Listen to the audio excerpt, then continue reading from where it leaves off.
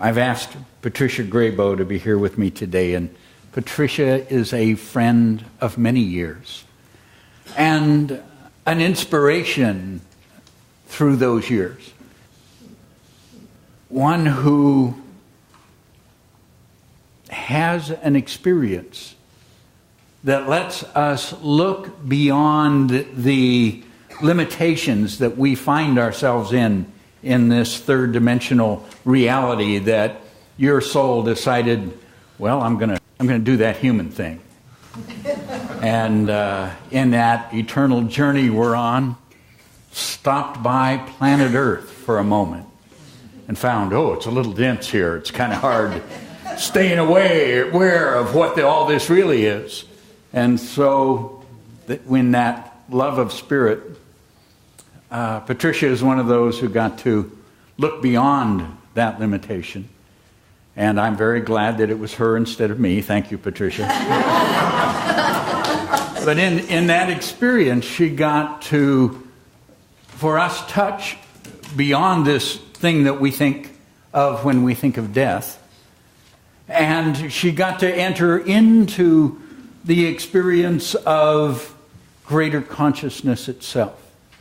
And so, because it has meant so much to me that she has shared her story with me, I wanted to ask her to be here and share it with you. Would you help me welcome Patricia Grabow?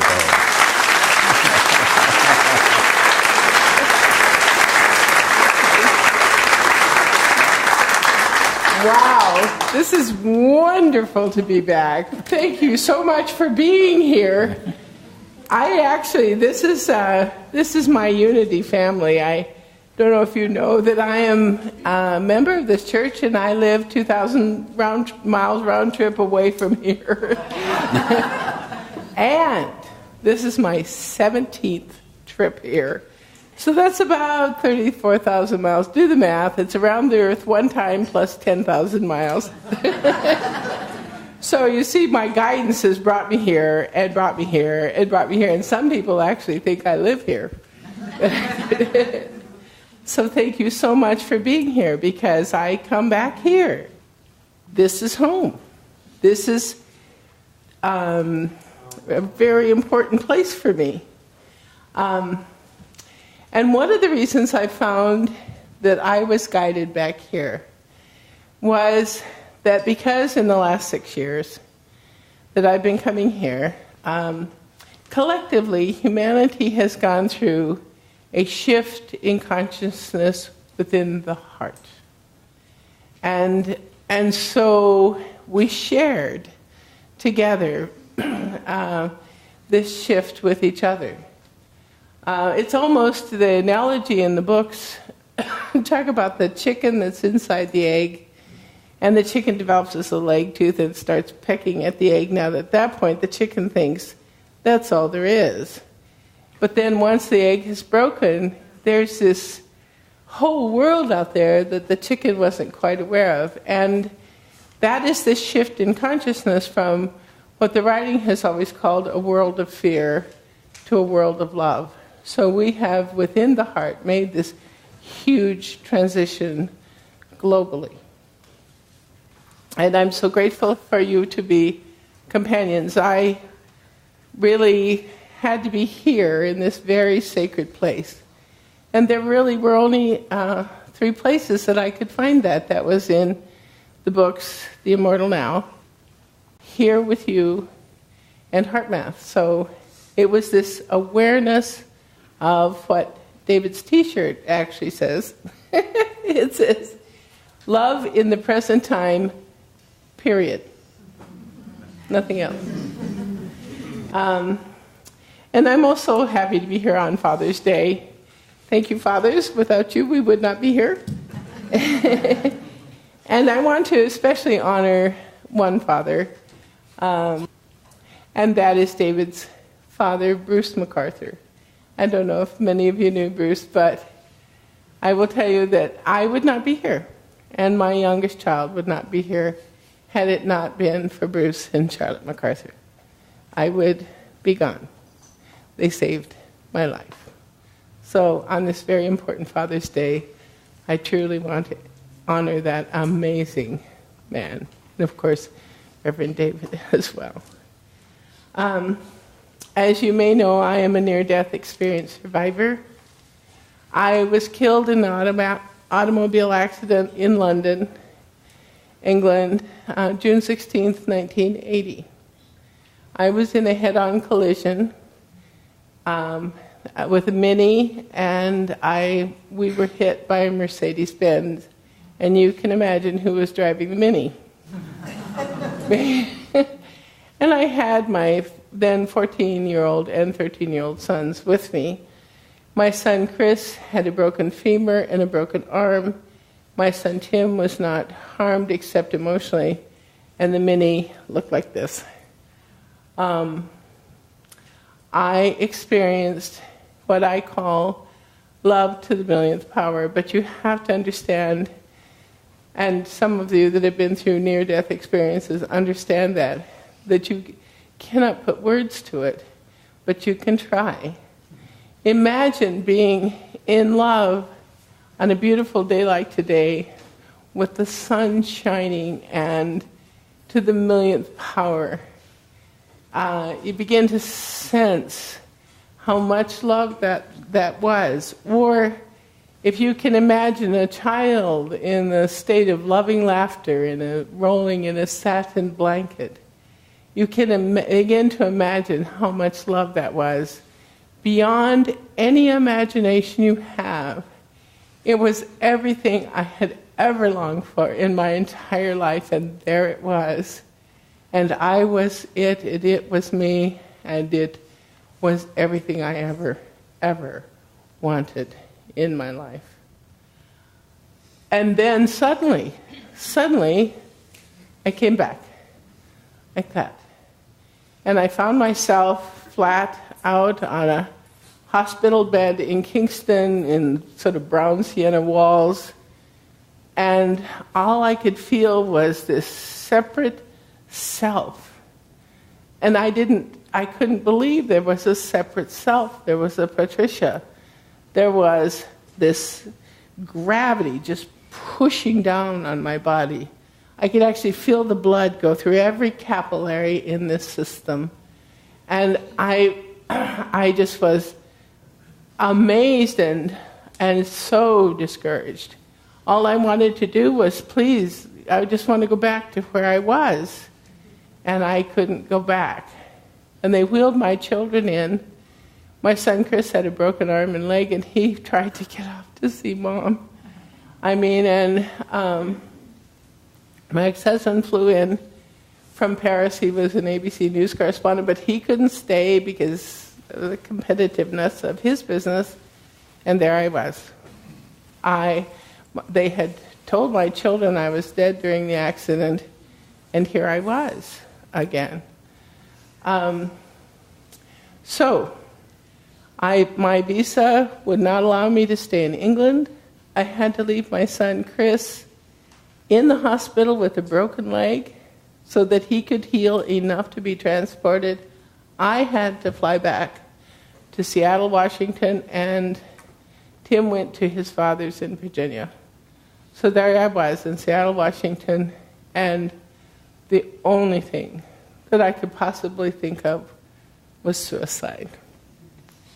I was suicidal and barely made it through the night, and ended up back with my sister and brother-in-law. And my sister, they were helpless and trying to help me in any possible way. And Kip, my brother-in-law, said, well, why don't you try a white light meditation and automatic writing? So I said, fine, whatever, it's fine with me. I was so looking for anything to hang on to. And so I did, and it started teaching and comforting and showing me why I was going through what I was going through, and it was kind to me through this whole process. Then it led me from there, very specifically, enormously accurately, to Jackson, Wyoming, to find a home, then to the North Slope of Alaska to find a job, to earn enough money to come back to Jackson to write a book. And I said, fine, whatever it tells me to do, I will do, and I did.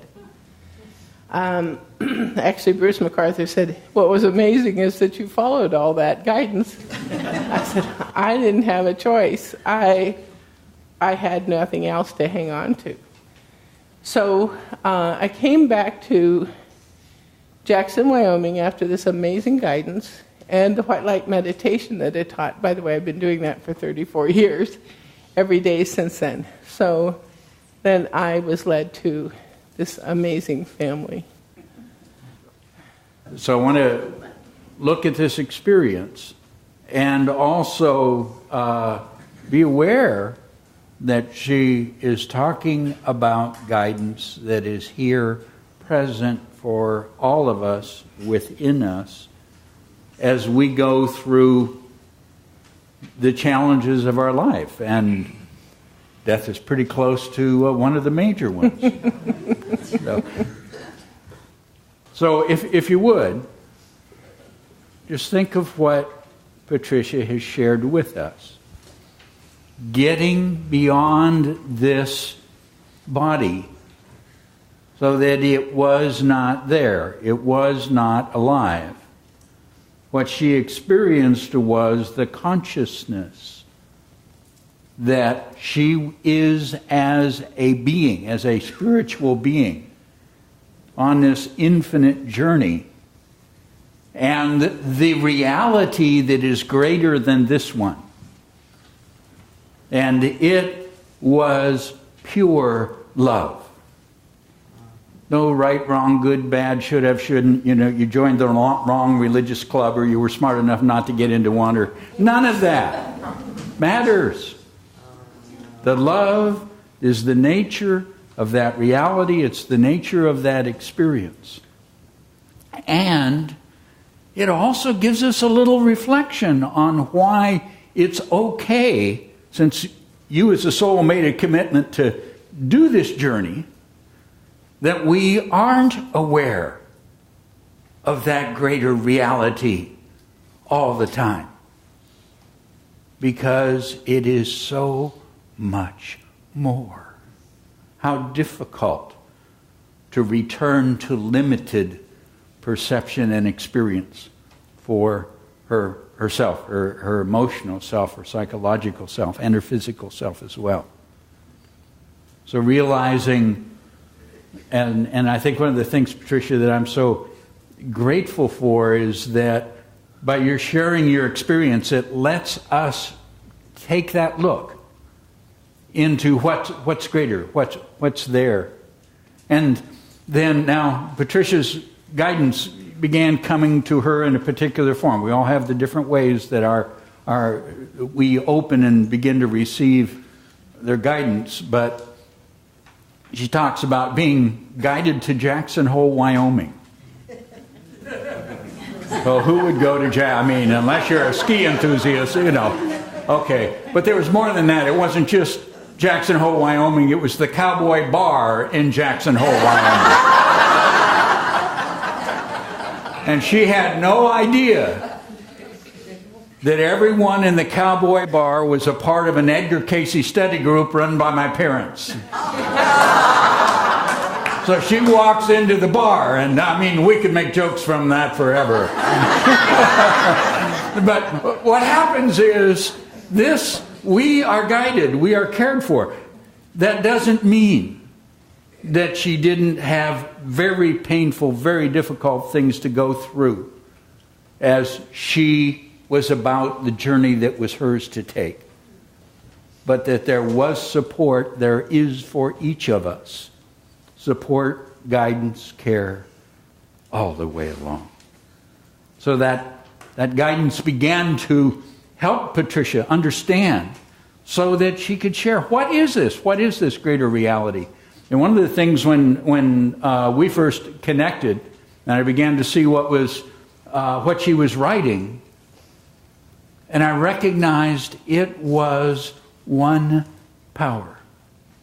Now, there's a lot of people writing stuff. There is very little that really is an expression, a pure expression of that one power. No good, bad, oh, ain't it awful, let's go fix it, and no, this part of you is okay, this part of you is not, just that awareness of this divine love and intelligence unfolding the lives in the world that we live in. Beautiful and challenging journey. So would you share with us a little of what was there, Patricia? Yes. Dave, thank you, Dave. I've been a friend for 34 years. So, isn't that amazing?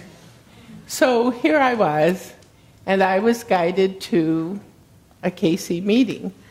And it said, and I'm going, what's a KC meeting? I have no idea. My son healed enough to go back to his dad, so my children were safe. My youngest child decided to come out with mom. So I have an 8th grader, and I am pregnant. And so I go to a KC meeting with 17 notebooks full of automatic writing. And I say, I'm been guided here. And this wonderful woman, Barbara McCormick, said, I've been waiting for you.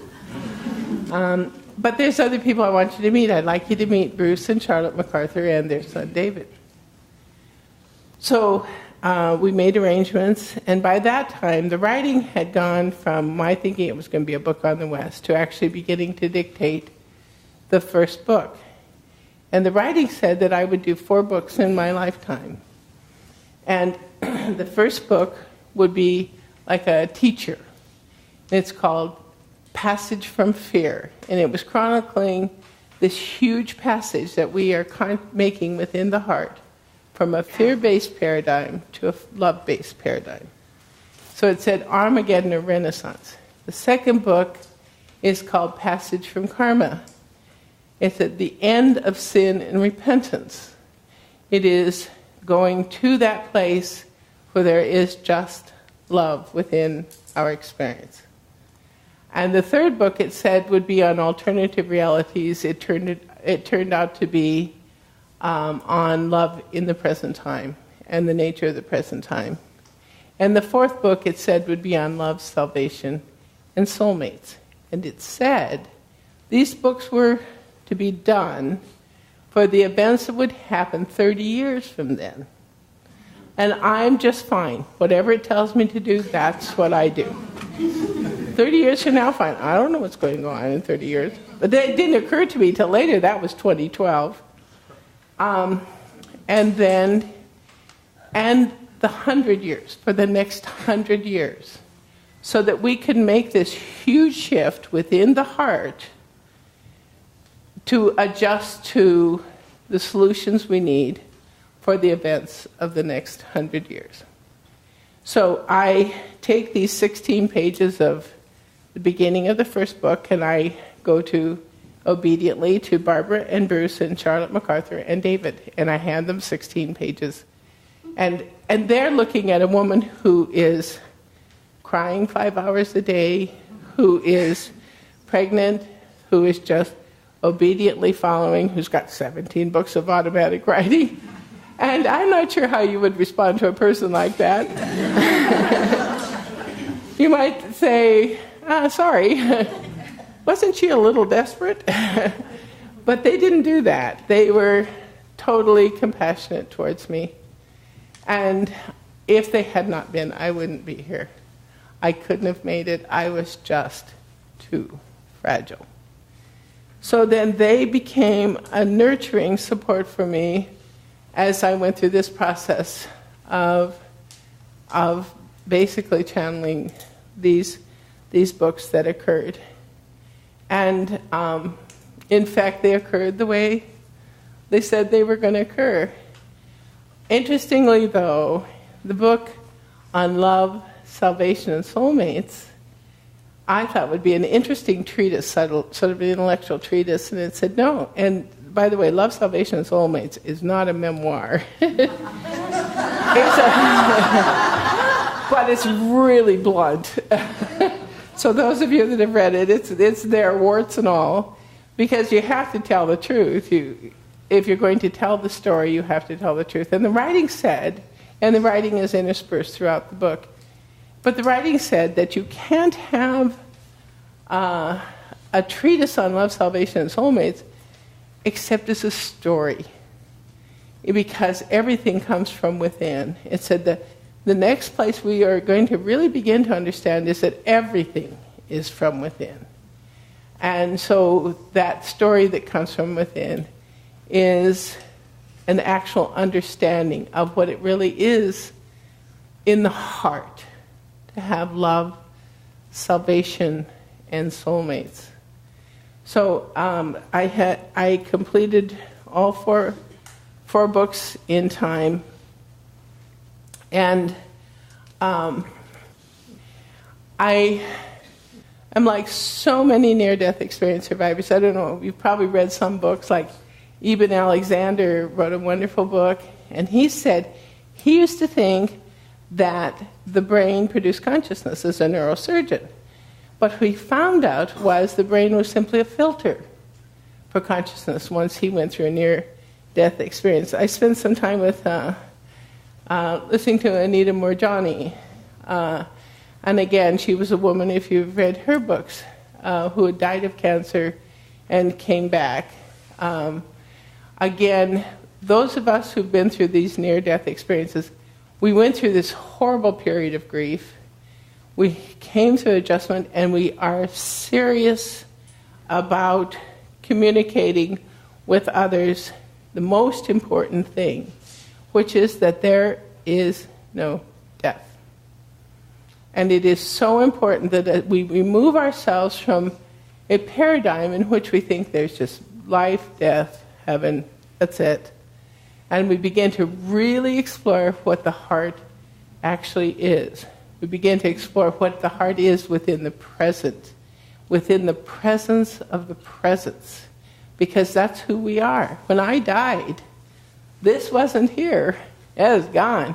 And still, I was within the presence of love to the millionth power. That's who we are. And so many of us, now we have over 8 million people who've gone through near-death experiences.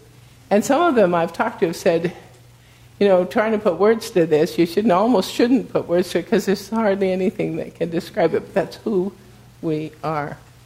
There is only love in the present time, period. That's it. So a couple of things I'd like to take with this is that, first of all, if we can really make that transition into understanding really who we are and move out of a fear-based paradigm, just let the heart do it for us, because the heart doesn't feel that duality. The heart doesn't feel that judgment. The heart feels nothing but love itself. If we can do that, can you imagine what it will do for the entire planet? It lets the fear of death overwhelms people so much that they do a lot of things that are harmful just because they're afraid of dying. And so we can move into that consciousness, and this is why this is such a sacred place, because you're actually having the courage to address this issue. This issue is something we try to put limits on. It has no limits. And the other thing that I think is really important that we move toward is that really getting it, that this is all we are, and that the solutions to the problems we face are in nothing but love. Nothing but love in the present time. You want a solution to global warming? It's in love in the present time. The writing says the babies being born are coming with so many of those solutions. In love. They are appearing to solve these problems that we think are not solvable. But they're not solvable with anything but love. They're not solvable with fear. They're not solvable with pain. They're not solvable with sorrow. They're solvable with love, that state of consciousness in which we are connected to all the life on the earth. The earth is a living place, and we are connected with love. So it's really important. Those of us who are almost like the Blues Brothers on a mission with God. I mean, look at us. We're all over the planet, and we're saying the same thing. We're saying, let's just continue what you are doing. I'll be back 18 times soon. Continue with what you're doing. It is so, so very important, and this is such an important place. So thank you. Thank you.